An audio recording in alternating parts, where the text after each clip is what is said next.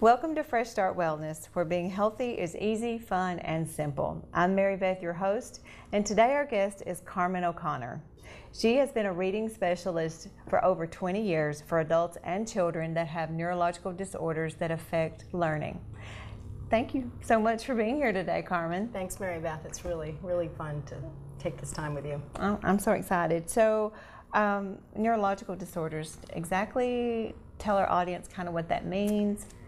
Well, I primarily work with dyslexics, which is, of course, what most people think is everything is backwards and upside down, but it's kind of an umbrella term for lots of different learning disabilities involving language, whether it's written or spoken.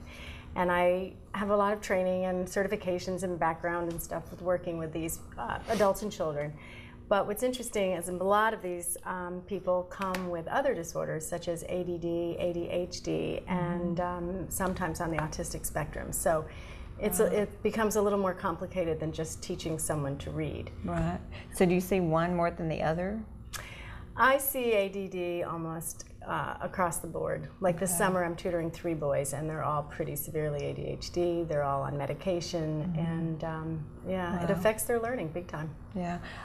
So do their parents, I mean, are they diagnosed from doctors, or is there classic symptoms or signs that parents or even adults should look out for? Yeah, there are. I mean, certainly when kids get into, you know, 1st and 2nd grade and they're struggling with reading, or especially if they have speech problems, anytime there's a speech delay, you can almost be sure there's going to be a reading delay. They very much go hand in hand. And, you know, the schools do their best to diagnose it, but there's a lot of process that takes place in getting to that point. Yeah. And I always say moms know. When a mom says there's something going on here, my child's smart, but he's struggling with this and this, then I really trust that as probably true. Yeah, moms do know best. They do. I mean, they really do. I mean, I'm lucky my son's never had any problems like that, but I have seen children that that'll be real hyper. I mean, is that one of the symptoms, like being real hyper? That's not a symptom of dyslexia, but a lot of the kids that have that have the ADHD. And I used to work with a pediatric psychologist, and we used to talk about that, the chicken or the egg. Is the child antsy because he's struggling with reading and he can't get it, or is the child struggling with reading because he's antsy and he can't focus? And so far, I don't think anybody really has that answer, but it's a tough combination. I know some children, you'll see them, they're just so hyper, even at nighttime. And I've always been told that it's from a lot of the candy that we give our kids. And I'm just as guilty as you know, as a parent, I did. But this food here, I keep looking at the food today, Carmen, that you had brought in, and I see some stuff over here that looks familiar in my cabinet from my teenager, and then I see stuff that looks familiar in my cabinet as an adult. For you. Yeah. But yeah, there definitely is a connection, and for years it was the sugar. You know, oh, there's too much sugar, and definitely there's too much sugar in our diet. But it goes beyond that. It goes really, I believe, into the chemical additives, which are actually called neurotoxins, that are added to our food. These chemical additives, and by neuro we mean the brain, and toxin is toxin. So all of these things in the foods that we can't pronounce are actually affecting the brain and how the brain works. And food dyes are a big issue, you know, and you can watch behavior change in a child just by eating foods, you know, and I hate to say it, but like suckers with the blue and the red food dye. So it's on the tongue, it's going straight into the bloodstream. Not a good thing for the child's brain. You know, people don't think about that. They think about weight and insulin, but they don't think about the brain. I know when I used to, when Gavin was little, I would go to the bank, and that was our reward for putting money in the bank. We got a couple suckers. Sure. So, you know, at that time, you just don't think about it at all. And the good news is they were really little. They were little. Little dum-dums. Yeah. They're the dum-dums? Dum-dums. This macaroni and cheese, my son would go crazy over this right now, and my grandchildren. But I see the different brands over here. So is there a big difference in this at all, or? Yeah, there is. I mean, I think that's one of the biggest issues, is reading the ingredients and learning to read labels is something that I'm asked about a lot. You know, if you look at the ingredients in the mac and cheese, and you look at the Annie's, and what's the other one? The other one is Pirate's Booty from one of the health food stores. Or actually, this is from Walmart. Oh, is it? Okay. Yeah. So I was shocked. And this one's gluten-free. And that one's gluten-free, which is a whole nother discussion with, you know, the dairy and the gluten and how that affects the gut and the brain. It's all connected. Right. I do know that Kraft has now changed their mac and cheese. Oh. And they are no longer putting that orange food coloring in. You know, I made some mac and cheese about 2 weeks ago, and I remember, you know, looking at it thinking it looked like plastic. It looked just like plastic compared to what I've made before that wasn't from the box. Right. Yeah, there's so many ingredients in this, and then I looked at the ingredients in this one, which one, and there's like 6. Right. So. And that's sort of a rule of thumb that people think is really a good idea, is to you know, look for foods that have 5 or less ingredients, and then you know you're not getting a whole lot of the chemicals and the additives. Right. And I have heard that, and also the high fructose corn syrup. Yes. That's a biggie, and it's in some of this stuff here. It's hidden in so many things. The tomato soup and the healthy request tomato soup, I'll bet you that has high fructose corn syrup. This one? No, the one in the front there. Yeah. Campbell's? Probably. Take it away. Yep, right there. Yeah. Second ingredient. Yeah. And people don't realize that's one of the leading causes of diabetes is the high fructose corn syrup. And we think we're doing so good by it says healthy request healthy on request it. and marketing and advertising. But this is a healthier version. Yes. Of if you have to do a can, nothing against, if you're in a hurry, you got to get your lunch. There's some great canned foods. This and one frozen is foods. really good. There's none of the high fructose corn syrup in this at all. There's 3 ingredients. Yep. Which are, what are they? Tomatoes, sea salt, and onions. Just the way I would make tomato soup at home. And always the big objection is the cost. Everybody loves to bring that up, and it really is. It is more expensive to eat that as opposed to this, to the Campbell's. But I have. It's really not that much though. No, it's pennies. And I have a 32-year-old daughter with a 1-year-old and another baby on the way. Yay. And she really focuses on the Dirty Dozen, which is something we might want to talk about, where you can go online, look up Dirty Dozen, and that'll give you the 12 foods that have the most pesticides that you really ought to try and eat organic. And then look for the Clean 15, because those are foods like bananas and avocados don't have to be organic, so save your money there. But my mother always goes after my daughter and says, how can you afford to eat organic? And her answer is great. I think it's basically, she says, you know what, pay now or pay later. And at 32, she sees a lifetime of raising a family where the toxins are really going to be an issue. So she, like every couple in America, they find it hard to pay their bills at the end of the month, but this is a priority in her life, is to eat this way. Some people say, well, it is expensive to eat this way sometimes. To me, it's really not, because I priced like what it would be to eat meat, and meat is crazy expensive. It is. And of course, my son, he still loves to eat some junk every now and then, not all the time. Mainly eats this, but every now and then we do this. But it's just as expensive as if he would have bought. And I noticed Kroger every once in a while has the Annie's mac and cheese, $10 for $10, $1 a box. That's not too bad. Very good price. Backing up just a little bit, we were talking about rewards for our kids, and like the bank. And I don't know about when my kids were growing up, I would give them rewards of junk. So do you have any healthy suggestions that we could reward? And that's common in school too, to use candy as a reward. Kids are very into rewards, and I use a point system when I'm tutoring, and the kids always go, how many points did I get today? And I have it down in the margin. And I have never given out candy, but I have worked really hard at going to the dollar store and finding little things. Or one of my favorite things is if you go to Cumberland Caverns, buy those little rocks.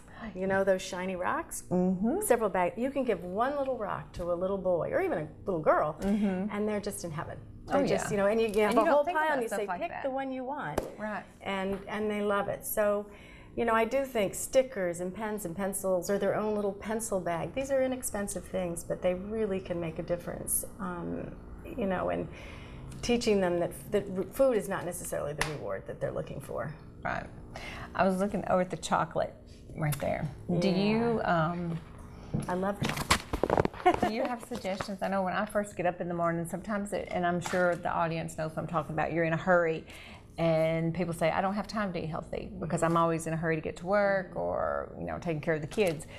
And this is what this would be easy to do.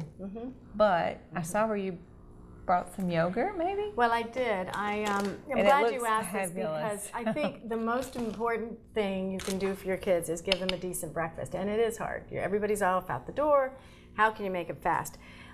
You can make these the night ahead. I was going to say, could you make that at night? Absolutely. And, you know, and it's just, it is organic, which dairy, to me, it's very important that you have organic dairy. So this is plain Greek by itself. It's no sugar, it's not sweet, but that's why you add some good local honey. We have tremendous beekeepers in this area who do great honey. So you go to the farmer's market and you get the really fresh honey. And I just layered this. I put in some yogurt and from our farm, some berries. We have raspberries and blackberries right now. Those are beautiful. Some peaches. And I put a little chopped up walnut. Now, you know, most kids would want some granola, something a little sweeter, but then I did a little honey and cinnamon and I layered it and left it like that. You could certainly leave it in the fridge. How pretty that is. It's beautiful. And they could eat it on the way to school. And it's fast and easy. And it's fast and That's easy. real fast food. Right there. It's a real fast food. It's real fast food. That's right. The other thing I really recommend is doing a smoothie. And I know, you know, smoothies are a big deal these days, and it's good to have a little protein in there. It smells good. I can smell it. You smell that, and the chocolate's really good too. But what a lot of parents don't realize is you don't want those super high protein smoothies. You know, little kids are not supposed to have 40 grams of protein, which their dad or big brother who's bodybuilding might want. So I like this one because it has only 13 grams of protein, and you can throw, we throw fruit, and we throw little raw spinach, and I used to do, in Florida, I used to blindfold my kids because I always gave them smoothies after school, and they go, okay, let me see if I can tell. And I put spinach in it, and they could never tell until they took the blindfold. And they go, oh, it's green, you know? And I go, yeah, but you have to drink it anyway. So it's a great way to get some greens in, some fruit in, and again, you can drink it in the car, take it to school. So that's, you know, that's one of my favorites. I like, you know, any whole grain toast with some nut butters or things, I mean, there's just really not a reason to eat something. And a lot of kids, I ask them, what did you have to eat today? Well, I didn't have any breakfast. Oh, yeah. You cannot make your brain work if you go from fasting the night before. Your meal was at 7, let's say, the last thing you ate, and now you don't eat again till 11:30 at school. Your brain has to be fueled. It's tired, it needs to feel. I was noticing where you have, this is peanut butter, because a lot of people may not know about this type of butter. Yeah, this is almond butter, and they have cashew butter, and again, they're a little more expensive, but they really are nice, and something to break it up. I can't control myself with these things. This one's kind of empty. Yeah, I know. Did you notice? Now, one good way to get that is some of the stores you can grind your own. You know, they'll have cashews, they'll have almonds, and then it's really fresh, and you don't get that oily buildup. I was wondering about that because some people won't buy this because of the oil, and it's hard to turn. So what is this? So this is raw organic cocoa. It has no sweet to it, whatever. But so this could go in a smoothie. It could go in a smoothie, and I don't know if the dates made it over here. Well, I had some dates, which you and I make our little brownie balls all the time, and that's a great snack with the dates and the chopped up. I don't know, what do you use? I usually use almonds. And some people use cashews. But you can do it with anything. Sunflower seeds, you can mix them. And I had coconut in it. I'll put flakes of coconut, and it tastes just like an almond joy. So that's a great recipe. It is, and throwing those in a lunchbox or just in a snack, or even if your kids eat school food, you can give them these in a little baggie, which will keep their blood sugar maintained through the day, and that is so important because as they up and down, they don't think and focus and learn as well. And with those, they're really good with strawberries. So with, you know, Christmas and Valentine's Day coming up and everything, they're so good and so pretty when you put those with the strawberries together instead of the boxes of candy and stuff that make your blood sugar spike, and then you feel bad afterwards. But that is so good. You'll be amazed at the taste of that particular recipe that we did. Very good. And you can add cranberries to it. all kinds of stuff to it to well, flavor it has up. fiber, and that's what people don't realize is if you're doing the sugar, if you cut it with fiber, you're going to, your body's going to absorb it better, and you're not going to spike and crash as much. And I brought this too. This is a multigrain pancake mix that our family's been using for years, and they also have a gluten-free one, which I got to taste recently, and it was very good. Walmart? So Kroger or Walmart sells this, and it's everybody loves it when I make it, and it's got, well, let's see, it has 2 grams of fiber and 4 protein. I mean, compare it to other brands that are white flour. And, right. it's so good. you believe that, I know I believe, but you see a difference in children when you work with children as far as the learning disorders, that the food can sometimes affect that. Yeah, absolutely. And I did a lot of, and have always done a lot of nutritional counseling with the families that were open to it, to make small incremental changes in adding veggies and using a good vegetable-based supplement, things that will get their immune system strong and get their brains functioning. You know, I really like fish oils. You know, we don't eat a lot of fish, but the brain needs those fats. Avocados are a wonderful fat for the brain. Babies do really well if you start giving them avocado right from the beginning. So I've seen behavior changes, cognitive focus on making these nutritional changes in these kids' lives. Absolutely. Yeah, I did a talk at a jail, actually, the local jail, where they juiced a little bit, and they said, even the deputies there said they could tell a difference in the inmates because of the food, that it really did change their mood. And so you think about doing that for a child or an adult for a week. I know that I feel different when I eat cleaner. When I eat more like this, I can tell a difference in how I feel and probably how I act too. So. Well, and it's a really good point, because we don't think about it, but children, there's several different reasons why children are affected more by toxins than adults are. And one is that they're growing, so at the cellular level, their cells are actually dividing and changing, and so all those chemicals and toxins are sort of affecting them at a double rate. And also, kids have more body fat, and body fat stores the toxins. So there are multiple reasons why food additives, chemicals, and toxins at home really affect children. And we don't really see it, and not everybody ties it to the brain and the behavior, but it's coming. It just seems too simple, you know. And I know I used to be number one, first in line, to think there's no way that food could affect your mood, but in reality, it does. And I know I can always tell. Like I said, when I eat a good meal, my thinking and everything is clearer. I feel better. I'm never hardly sick. And when I am sick, I recover so much quicker than when I, used to eat Johnny Junk here. Johnny Junk breakfast, yeah. Yeah, well, I think it's an interesting thing to note is that when you feel good, you're nice, True. You really are. When you feel crummy, which so many of my students, I have a stomach ache, I've got a headache, I don't feel good, they're sitting like this. And I said, well, what did you eat? And they'll tell me, and I'm like, oh, no wonder you don't feel good. Right. But they're grumpy, they're not really motivated.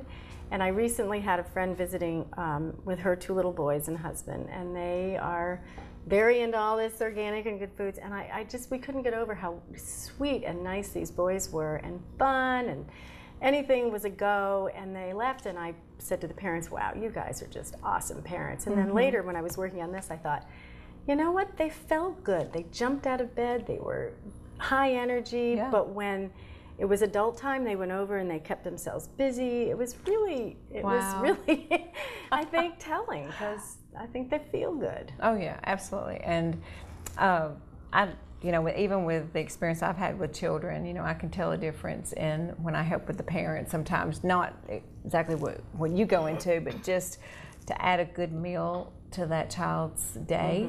Just one good meal, they can tell a difference. Exactly. And I know I can tell it from just my personal experience with my kids. So. And I think that's where breakfast is such a good start, because once you get that momentum going, it's interesting if their blood sugar stays, smooth, and they need a snack. I mean, kids should have a snack about midday, mid-morning, but then they're going to make better choices, right? Because they're not going to be craving so much. So it's a cycle. It's a cycle.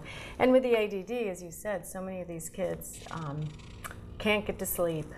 So it's just this constant. They wake up tired, and then they don't have good food. And you know, I think making a nutritional base for them is a very strong help for the brain. Yeah. Question. You have a farm, right? Yes. So is it all organic or organically grown? Or? Yes, I mean, we have no chemicals. I drive everybody there crazy because we have no chemicals. I love it. And people say, how do you get rid of your bugs? And I hand pick them. I have a jar. I have a jar with diesel fluid in it, actually, just a little bit. And I pull those Japanese beetles off the berries and I drop them in, and diatomaceous earth and other things that are, you know, soap and water in a container, salt and vinegar, very natural things that we have. So you have stuff all year round? I will again. We built a new house and it slowed things up, but we're putting up a greenhouse. Right now the garden is really getting underway, and we have asparagus and berries. And but yeah, I'll be back. I'll be providing kale for your choosing. She has the best kale ever, and spinach. Well, we use it as a cover crop, which is awesome. So, yeah, it's so good. Well, Carmen, today has been so much fun, and I've loved learning about some of this stuff. And we always do something it's traditional here before we end our show. And first, I want to ask you, do you have a contact number to let our viewers know if they needed to get in contact with you? Yes, my home phone is 931-657-5646. And I have two emails, carmen@eatwellliveright.com, which is kind of long. And the shorter version is cwoconnor@mac.com. And I'm on Facebook, and I'm happy to share recipes and do presentations and just, you know, do whatever we can to promote healthy living. That's right. All right, today's juice is my favorite, and I hope it's your favorite because it does have kale and spinach. I've never met a juice I didn't like. But again, thanks so much for tuning in to Fresh Start Wellness and BLT Local Channel 6. And here's to your health, a healthier you and a fresh start. Thanks. Oh, yum. Is there pineapple in there? It's so sweet.